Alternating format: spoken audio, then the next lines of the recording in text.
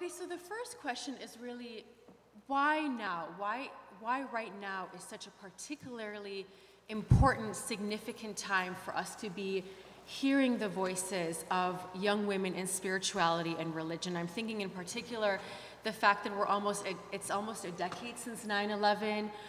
There are so many questions and insecurities around our economy, the environment, remaining issues around healthcare, and so on. And so Valarie, I'd like to turn to you first because you responded to the violence following 9/11.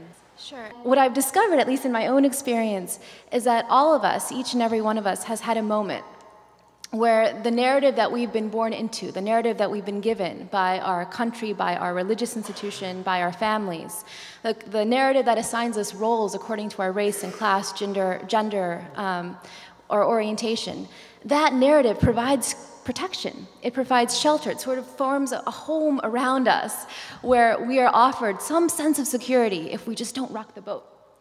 But in those moments where we notice some dark oppression in the crevices, the narrative begins to crumble, and we have a choice, whether to bury our head inside that narrative and act as if these institutions speak to our actual experience, or notice the fear that stirs within our hearts, and the fear points in a direction, and in the direction the fear points, a whirlwind appears.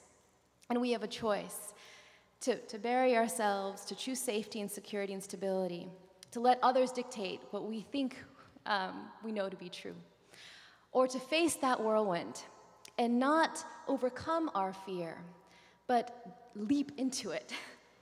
And I can tell you after 9/11, our country said that we were united, that we were a country united in grief and resolve, and this is our new enemy, and that enemy looked like my brothers, looked like my cousins, looked like my grandfathers, and I had the choice of whether to believe what my country told me or to leap into that whirlwind outside of my bedroom window and take this journey across the country with my camera and capture these voices that spoke to what was really happening in our country, that exposed the divisions. And now what I really want to tell you is that when we leap, we fall. That these religious, national, familial institutions, these legal, cultural institutions are so rigid, these are institutions of power, that there is a cost to challenging them. And for me, when I leapt, I fell, and I fell hard, and I was broken and bruised and almost literally bleeding as people turned around and told me to go back to my country, told me that I did not belong and that I could never, in fact, belong. And I absorbed the trauma of the violence of the stories that I had gathered. So I say to you, when you leap, you will fall, whether it's whatever institution you're challenging, but down in that dark hole where you've fallen, I believe that we find a kind of freedom, a freedom that is worth the fall, because indeed, this kind of freedom is the only thing that's ever changed the world. It's this freedom that allows us to challenge that language of power with our own voices, with our own stories, and inspire other people to leap into their own whirlwinds.